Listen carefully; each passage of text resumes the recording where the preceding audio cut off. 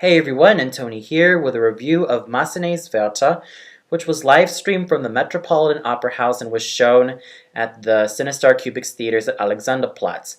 The conductor was Alain Atinoglu. The production was by Richard Eyre. The set design and costumes were by Rob Howell. The lights were handled by Peter Mumford. The videography was by Wendell Harrington. The choreography was by Sarah Erda. And the director of photography was Gary Halverson. This live stream production of Massenet's Werther, just like its previous production of Borodin's Prince Igor, was made possible by the Neubauer Family Foundation and Bloomberg and Tall Brothers. Now, Massenet's Werther is basically based on one of Johann Wilhelm von Goethe's very well-known romances of the same name, but in German it's called Die Leiden der jungen Werther, or in English known as The Sorrows of Young Werther. It basically tells the story of a young poet who falls head over heels over a young woman named Charlotte, well, nicknamed Lottie, but she's engaged to another man by Albert. Werther is very disgruntled over this, that he thinks of suicide, and it doesn't end happily from here on end. Now, this was one of those plays from Goethe that has developed something so special, especially with the young men at the time. And Patricia Rosset, who was the host of this production of Werther, stated that the young men during Goethe's time, after reading Werther, have began to dress like him and even act like him sometimes, but not always the suicidal intentions, but mostly dress like him. This was quite revolutionary, and Massenet basically got this idea of an opera from Werther and made one of the best pieces of French romantic music that I've ever heard, in my opinion. Now, this opera is very well known for the famous tenor arias Ô nature pleine de grâce, and probably the aria that a lot of tenors sing a lot more than the other aria, Pourquoi me réveiller? Now, this is one of those somber tenor arias that is so up there with Rachel, quand du Seigneur, la fleur que tu m'avais jetée, and many other sad tenor arias that I really, really love, not to mention Tu que Dio. But this aria, Pourquoi me réveiller, has become such a staple in every tenor's concert repertoire or every tenor's repertoire in general, that it's just well known or well sung by a lot of different tenors, whether it's Delmonico or Pavarotti, Domingo, you name it, they've sung it. A lot of them have done very superbly. And this is actually an opera that attracts a lot of tenors, whether they're from the lyrical side or the dramatic side, or even the spinto side, which I actually prefer. So yeah, Werther is definitely a big challenge for different tenors because of all the emotions that Werther has throughout this opera, especially those of committing suicide and being rejected and feeling unloved and lonely. And also, another favorite excerpt of this opera is Charlotte's letter scene, which I really, really love as well. It can be sung by any dramatic soprano or lyric mezzo or dramatic mezzo, and it's so passionate.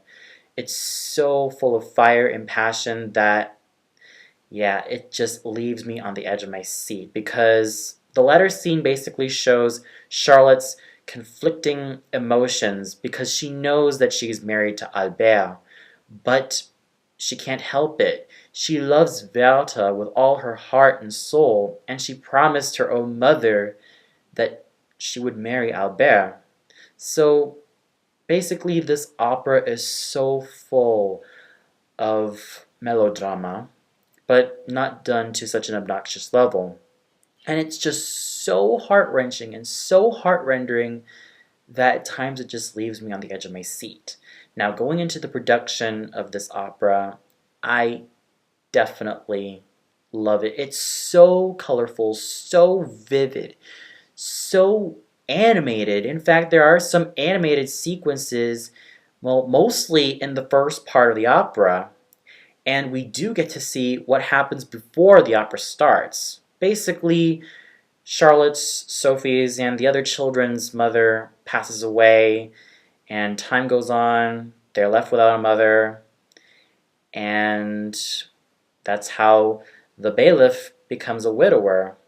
So, in essence, the production is such a visual masterpiece, and the costumes were equally beautiful. I especially love Charlotte's and Sophie's costumes because I thought they were absolutely fabulous, and also Werther's as well.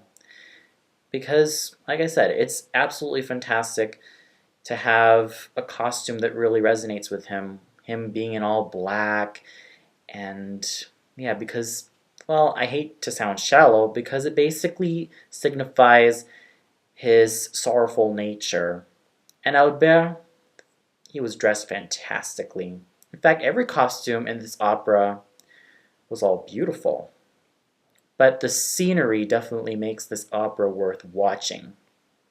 I mean, when I talked about the beginning of this opera, there were some animated sequences like crows perching on each part of the branch. Now, that shot alone kind of reminded me of any movie directed by Tim Burton or any other director who specializes in dark, gothic themes. And yeah, I thought that was absolutely just wow. Just by looking at the first few moments of this production, I thought this was going to be absolutely fantastic. And the singers also made this evening worthwhile. They were all in their game. Now, Jonas Kaufmann is definitely a singer I also admire, just like my other fellow opera reviewer, Rowna. She said a lot of fantastic things about Jonas Kaufmann, saying that she feels that he's such a fantastic actor and an equally fantastic singer. And I totally agree with her opinions about Jonas Kaufmann. He has this dark, virile, and sexy timbre, and his high notes are ringing. His tone is so homogeneous throughout all of the registers, whether he sings all the low notes, the middle notes, high notes, they're all homogeneous. There's no sign of cracking, no sign of breaks whatsoever. It's all homogeneous all throughout. And like I said, the tone of his voice, the timbre that he has for his voice, it is such a dark and very masculine, testosterone-laden timbre. It's just that magnificent to hear such a wonderful spinto tenor like Jonas Kaufmann sing in such a beautiful, beautiful opera like Werther. And with him as Werther, I thought he was absolutely such a vocal phenomenon.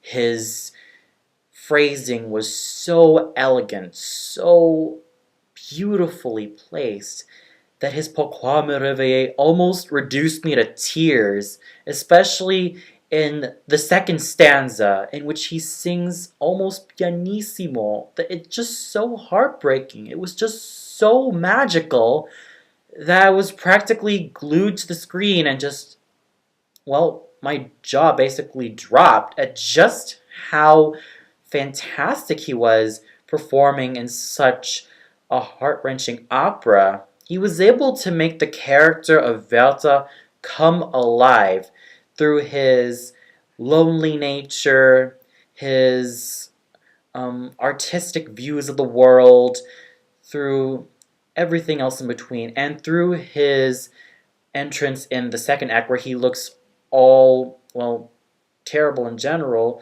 but also very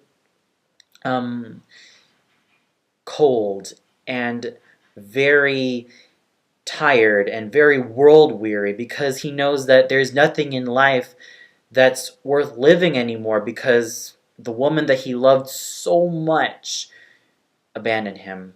And he definitely sang and acted the role of Werther with such passion, such frisson, such thrill, such empathy that I was just so amazed overall.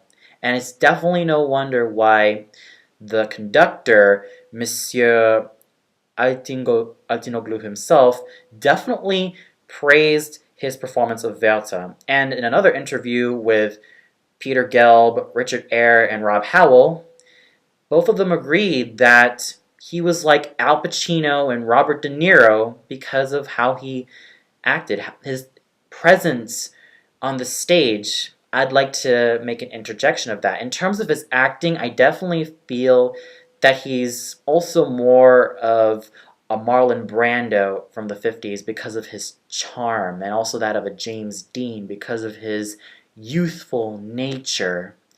And he also has the subtlety and elegance of that of a Clark Gable and Christopher Plummer.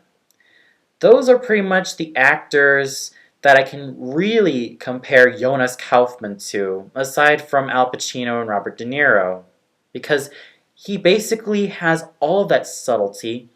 He has such grace and such a magnificent stage presence that it's hard not to like him. It's hard not to really root for him in this opera. And in fact, I did. I really rooted for him. And he was such a magnificent performer. And I could see why he's established himself as such a household name in terms of opera in the 21st century. His partner, Sophie Koch, was a wonderful Charlotte. Just like her partner, Kaufmann, she was so homogeneous throughout all the registers, whether she sings her low notes and high notes, and she captures such a beautiful portrait of the tragic Charlotte. And wow, just wow. Now, Sophie Koch is definitely a singer who specialized in the lyric mezzo roles and, as of late, some dramatic mezzo-soprano repertoire. Her lyric mezzo roles included Octavian, the composer from Ariadne auf Naxos, Dorabella. I think she also sang Sesto from La Clemenza di Tito. One of the male roles from Clemenza di Tito, but definitely not Tito or Publio. Either Sesto or Neo, I don't know. But yeah, she's basically well known for her trouser roles, and also Niklaus. She's a very well-known Niklaus as well, and her dramatic mezzo roles include Fricka and Brangena. Now, with her as Charlotte, I thought she was absolutely lovely. This is a role that I can consider to be like a Falcon role, even though Charlotte mostly sits comfortably in the mezzo range.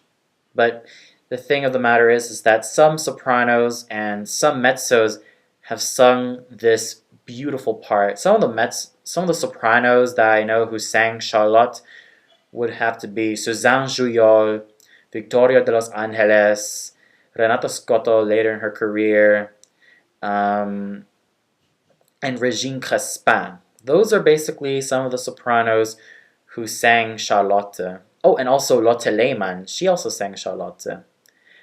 I definitely really love the sound of Sophie Koch's voice. It was absolutely just beautiful. It can be lyrical and at times dramatic. It was so dramatic and so powerful in the high notes that I was absolutely just thrilled. And her stage presence was absolutely magnetic. Her performance of Charlotte is definitely the most sympathetic and the most heartfelt performances that I've ever had the pleasure of seeing. And her letter scene was equally as touching and at times disturbing, but touching. Sophie was sung by a very young soprano by the name of Lisette Oropesa. Now, just like what Rowna said about Miss Oropesa as a soprano, She is definitely in her element when it comes to ingenue parts. And my gosh, was she able to pull off the role of the young teenage Sophie very well. Her presence on stage is absolutely very endearing, and it's a perfect balance to what Werther, Charlotte, and Albert are feeling throughout the moment. Her presence on stage is definitely very, very admiring. Sure, some people might think, oh, Sophie at times can be quite annoying, but I wasn't annoyed by Miss Oropessa's performance. I thought she was absolutely very, very beautiful in both her acting and singing. And her singing, well, to quote Rowna, in terms of how she was singing, it definitely matches that of the ingenue parts that she usually finds herself singing. And it's a very silvery and light lyric soprano voice that I definitely really like. It was just sparkling all throughout. It had that spark. It had that glittery texture that I was just so amazed at just how far she's come. She's definitely a singer I really want to see more of, and her portrayal of Sophie is definitely one of the most beautiful performances I've ever seen. Playing the role of Werther's rival, Albert, is David Bizic. Now, I've only heard him in a couple of YouTube videos, mostly as him as Mazzetto. And here as Albert, I definitely really love the color of his voice. It is a dark, powerful, and very homogeneous voice that is just so thrilling. And his stage presence is quite dignified and quite elegant. But it's his voice that is the selling point of this, well, small yet very important role. It is such a homogeneous and very, very virile voice that I would really love to hear more of, because he's definitely a great candidate for singing a lot of dramatic baritone roles. And I could really hear just by the sound of his voice that his voice is really tailor-made for the dramatic baritone repertoire. Playing the role of the bailiff is veteran baritone Jonathan Summers. Here he almost sounds like a basso, and I mean it in the best possible way. Just like what Rowna said in her review of Werther, he has this old man voice, which is very suitable for the role of the bailiff. And he really sounds suitably old. And even though he has a very short and minute presence on stage, he's definitely a great singer. And he's been singing for several years, and his voice is still that majestic and really that beautiful to listen to. In the small roles of the friends of the bailiff, Johann and Schmidt, we have Philip Corporinos and Tony Stevenson, who were both veterans of the Metropolitan Opera House and who specialized in a lot of character roles. With Corporinos as Johann, I thought his voice was absolutely luxurious and absolutely velvety. Heck, I even saw his performance as Mazzetto from a production of Don Giovanni from the 1990s, which was on YouTube. And I definitely felt that his voice was absolutely fantastic. Now, Tony Stevenson is another fantastic singer as well. Sure, they're both used as comic relief in such a tragic story, but still, they had great chemistry, and they were able to make something very memorable throughout this opera. And in the very, very, very, very small roles of Brühlmann and Ketchen, we have Christopher Job and Maya Lahiani. Both of them had very excellent chemistry and had very wonderful singing voices in such minute roles. And the children, which I can easily presume were sung by soloists of different choirs, they were all wonderful. They sang their lines very beautifully, And I thought that the final Christmas song was absolutely just touching. And special kudos as well to Maestro Altinoglu for such magnificent conducting and fantastic playing from the orchestra. And of course, the chorus. So, yes, this was absolutely fantastic overall, with such great singing from Kaufmann, Koch, Oropesa, Bitsic, and Summers. I was definitely hooked from beginning until the end. And with Patricia Rosset as the host, I thought she was pretty entertaining. And Maestro Altinoglu's conducting was very masterful. So this was absolutely fantastic. If you haven't seen this production yet, I highly suggest you see this production right away because you'll never regret it when it comes to having such a fantastic singer like Jonas Kaufmann producing such beautiful and heartfelt notes, along with his partner Sophie Koch also producing such beautiful notes, and their chemistry was very, very heart-wrenching, heart-rendering, and very believable. So go check it out if you haven't seen it yet. You'll never regret it. Well, that's all for now. Be sure to tune into my next review. Chances are I might be reviewing Frozen tomorrow.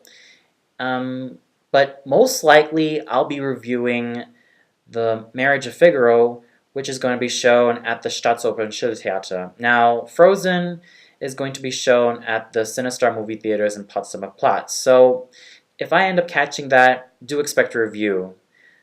So I hope that I can still make it to the opera after my review of Frozen.